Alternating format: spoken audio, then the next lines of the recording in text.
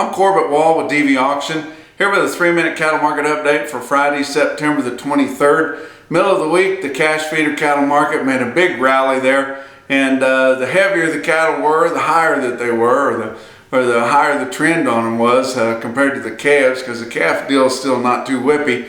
But isn't that feeder cattle market fun to watch? You know, guys were in there. I was at El Reno, Oklahoma, at OKC West on Wednesday there, and guys were thrilled. You know, they brought their yearlings in there, or some kept sellers too, but mostly the yearlings, and guys sitting there, and a lot of them bring $7, $8, $10 more than what they had in mind whenever they unloaded them there at the sale, and that's fun to watch. You never see that on the fat cattle market. Last week was probably the closest thing you'll ever see to that, going into the week wondering if it was going to be any higher, and ended up $5 higher. But feeder cattle market is just fun to watch. You know, in 5 years from now, we're not going to talk too much about the fat cattle market. It'll be just like hogs. When's the last time somebody asked you what the hog market was doing on the hoof?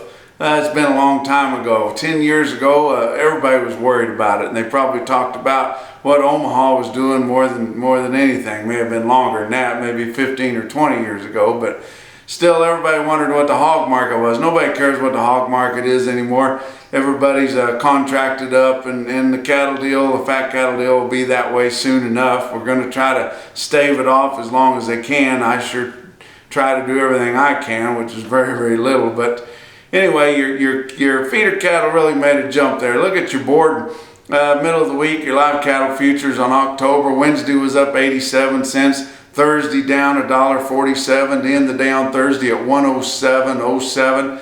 Feeder cattle October there. Wednesday was up $1.10. Thursday was up just 7 cents, but the current September market was up 65 cents. But feeder cattle for October ended the day on Thursday at 132.30. You see your cash indices jumped real big there middle of the week. CME cash feeder cattle index 136.11 the last time it came out. Real time index also made a big jump too, but it's at 134.60, and that's current, so the CME is really probably going to jump a little more than that. It's easy for that CME index to jump big, because especially middle of the week, because the government's in some big high volume sales in the northern plains, but not so much in the southern plains.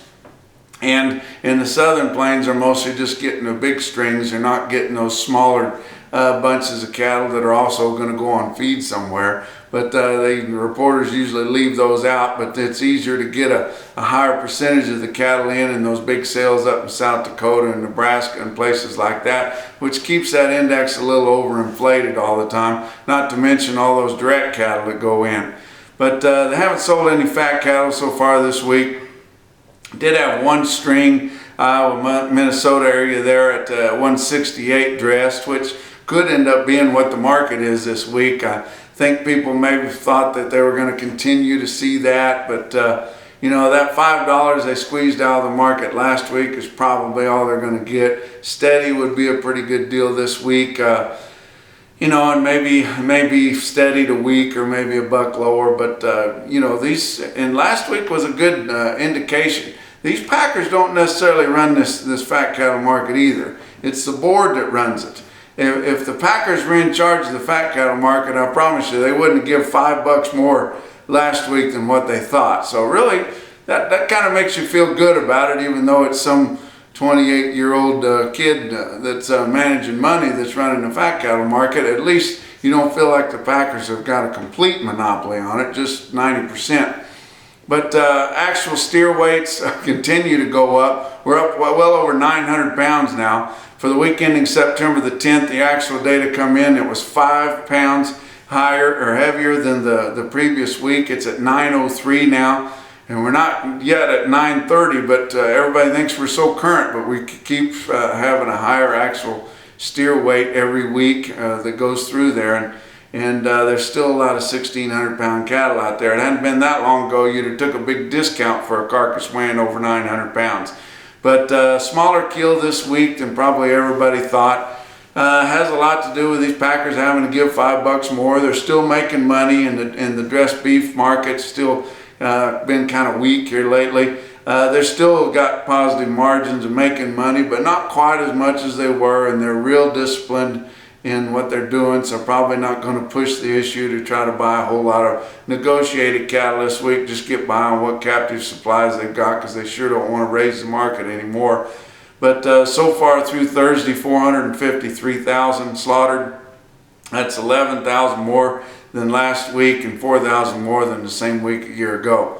But you know, the stress market, we're expecting it to come back a little bit more, and everybody thinks that the grilling is over. I tell you what, they do a lot of tailgate grilling. I went to a Texas Tech football game there last Saturday, and I tell you what, there was a heck of a lot of grilling going on, and I know that's nothing like it is up in the Midwest, because Kansas City Chiefs and Nebraska Cornhusker fans, they know how to do it. And it's not all hamburgers and hot dogs and brats and stuff. They're grilling some pretty nice steaks out there. A lot of them have a sit-down dinner.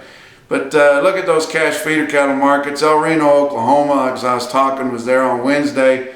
And just a very, very impressive yearling market there. Of course, they'd had some really nice strings too, especially a long string of heifers that sold there early in the afternoon. But your feeder cattle sold $3 to $7 higher.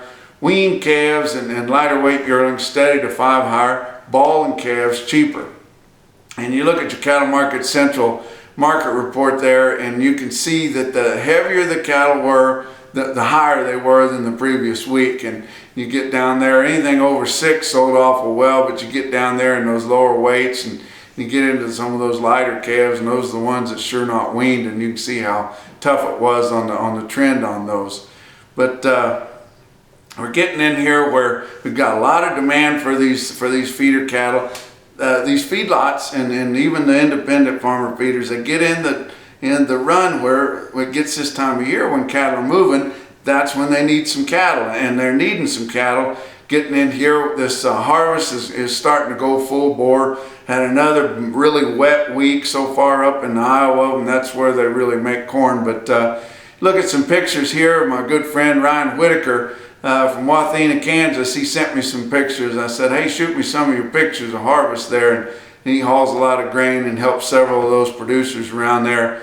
But told me that they're making around 200 bushels the acre there. And this particular field he gave me a picture of is at 195. He was doing there middle of the week. But look at the individual quote out of Bassett, Nebraska on Wednesday at 2:20 in the afternoon. Talk about these heavy feeder cattle there. Had 82 head, really nearly 2 loads of 995 pound steers, bring 136. It's been a while since we've seen that. That's $1,353 per head.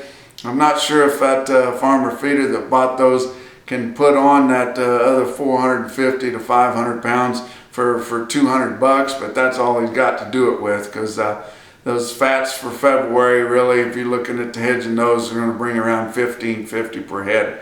But that's 3 minutes, and we'll talk to you next week.